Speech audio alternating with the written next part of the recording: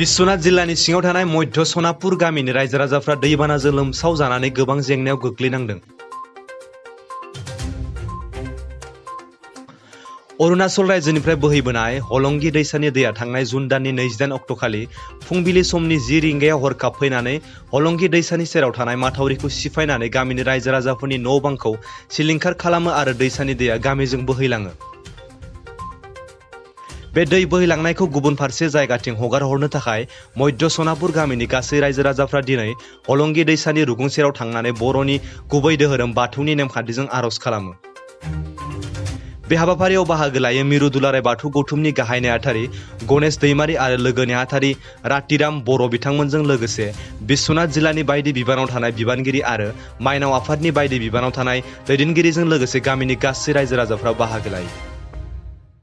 गिबि गिबियावनो दुलाराय बाथौ गौथुमनि जानानै आर'नाइ रादाब बड'सा निउस पर्टेल नायगिरि नोंथांमोननिसिम दिनै गहपुर मध्यमपुर सनापुर बे हलंगी दैमानि जा गोबां अखा हानायनि गेजेरजों बे अरुणाचलनि बे हलंगी दैसाजों फैनाय बे दैमाया जोंनि बे मध्यम सनापुर गामि सेरजों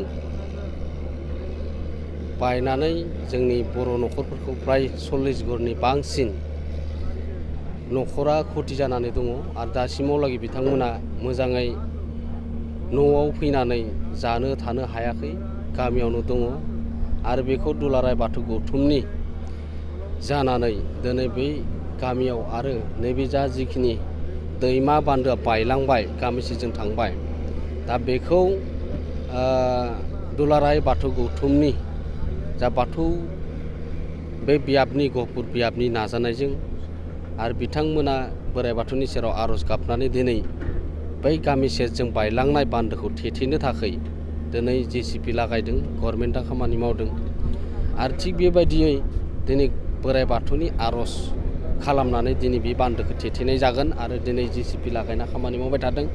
आरो बाथ्राया जाहैबाय मा, दिनै बिथांमोननि न'खरा दासिमावलागै न'आव थांनानै थानो हायाखै, जानो हायाखै मोजाङै आरो बेखौ दिनै आसाम गभर्नमेन्टजों लोगोसे BTC गभर्नमेन्ट बिथांमोनाबो जा एसे हायो बे जायगायाव फैनानै रां अनसुंथाइ होनो बा थानायनि मोनसे परिबेसखौ खालामना होनो थाखाय दुलाराय बाथौ गौथुमनि जानानै गभर्नमेन्टनिसिम खावलायहरदों।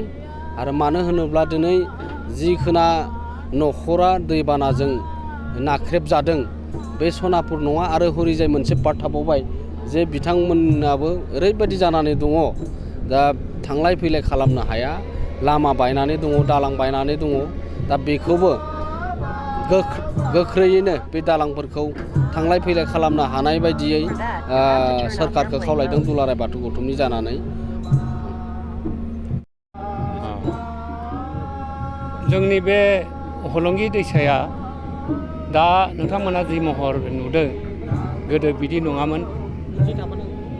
बोथोरनि गुस्लायनायाव लासै लासै बे देरबोबाय। बेनिफ्राय बेखौ जोंहा बेयाव रिजार्भ आरो सिभिल होननाय दं। दा जों जि थादों जेराव बायदों बे रिजार्भ, सिभिला बिनि जिथु दलं दं गाहायथिंजाय बिनिफ्राय खोलाहा सिभिल। दा आसाम सरकार बेखौ रिजार्भआव हाबहोआखै, बे माथावरिखौ खोहोआखै। रायजो राजानि खावलायनायाव एग्रिकालसार बान्ड, गाइड बान्ड होननानैल' होना दोन्दोंमोन। दा बिनिखायनो बे गाइड बान्डखौ डिपार्टमेन्टआ END डिपार्टमेन्टआ बेयाव गुरुत्त' होना नायैखाय बियो गले गले बायदों आरो जोंखौ खहा खालामदों। दिनैल' नङा, दिनै बोसोरब्रै बोसोरबानि सिगाङावबो खनसे बायखांबाय, बायनानै बे गामिखौ खहा खालामबाय आरो बिनिफ्राय बिनि हा हु ओरैहाय जि दं गासैबो बाला फबनानै 10-12 बोसोर नोलोबारि जानानै दंमोन। बिनिफ्राय लासै लासै आरो जोङो खेंखायनायाव एग्रिकालसार डिपार्टमेन्टआ बे गाइड बान्डखौ होफिनदों।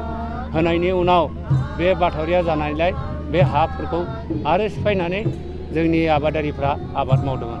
नाथाय दुखुनि बाथ्रा, थांनाय 28 अक्ट'खालि बे हाजोआव गोबां अखा हानायलाय बे दैया आरो बे जोंहा दा बिरबायनाय दिङा घाटि जिथु बानायदों बिमान बन्दर, बे जि साजों मोनथाम मोनब्रै नाला दंमोन बे नालाखौ बे हलंगियाव जाबना हरनायखाय दैया बारा जाफैबाय आरो दैया बारा जानानै बेयाव ज' जानायलाय बे दैखौ होबथानो हायाखै आरो बियो बे गाइड बानखौ थबस्र' बस'नानै जोंनिथिं थांदों। फैनाय समाव गिलु बालु साननि 10:30 समाव फैदों 6 फुट 7 फुट गोजौहै फैखादों जेराव जों आगोर मोनखायाखै आरोखि। बेयावहाय सरकारनिफ्राय जेबो बिनिफ्राय जोङो फैबाय लोमबाय खबरखौथ' भाया मिडिया मिथिबाय सरकारनि तरफनिफ्राय दासिमबो जों जेबो मोनाखै। पन्सायतनिफ्राय होदों फरेस्ट डिपार्टमेन्टनिफ्राय रेसन साननै होफैदों बेनोल' जोङो बर्थमान दा मोनदों बेनिफ्राय गुबुन मोनाखै।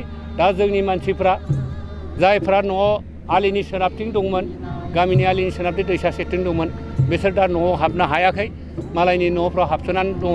गाव गावनि न'आ फुलुं आरो बालाजों फबजानानै दं बेफोरखौ बोखारनायनि लामा लादों।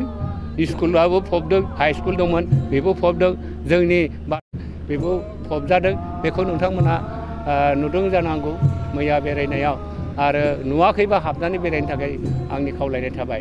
दा जों आसा खालामो जे जोंखौ दिनै जों बाथौआरि मानसि जोंखौ दिनै बाथौ गौथुमनिफ्राय फैनानै जोंनि दुखुनि समाव दान्दिसे गोजोननि राव होफैदों जों बेयाव गोजोनग्लायदों।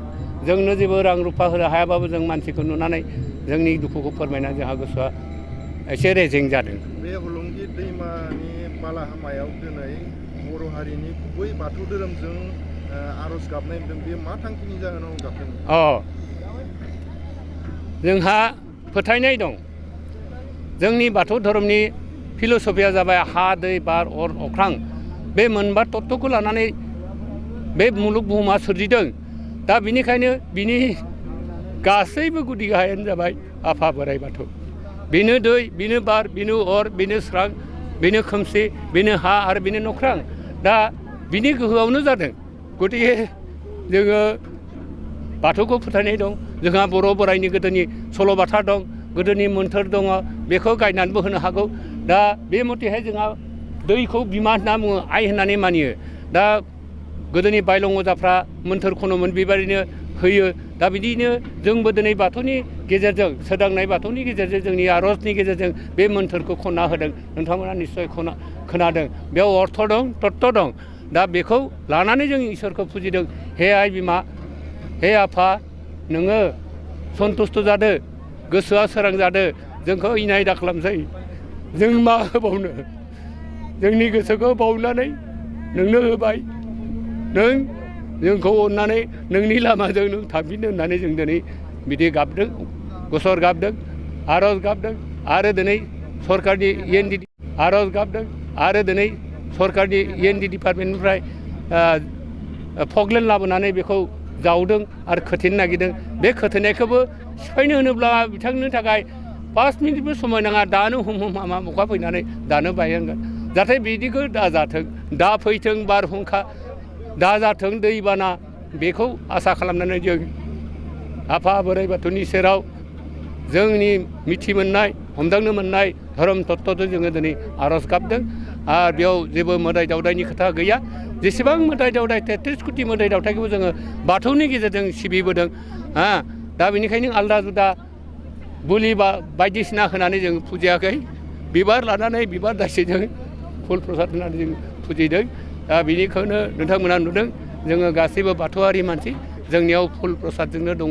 जोङो बुलि बिधान होआखै आरो जोंहा इसोरखौ गावनि गोथार मैखुनजों बावनानै जोङो बिथांनो होदों। बिथाङा बेयावनो जाहाथे सन्तुष्ट जानानै गोसो खुसि जानानै जोंनि होनायखौ मानिनानै गावनि लामाजों थांफिनो जों बेखौनो जोबोद आसा खालामदों आरो आर'ज गाबदों गसाइनि खाथियाव बेनि थांखिया।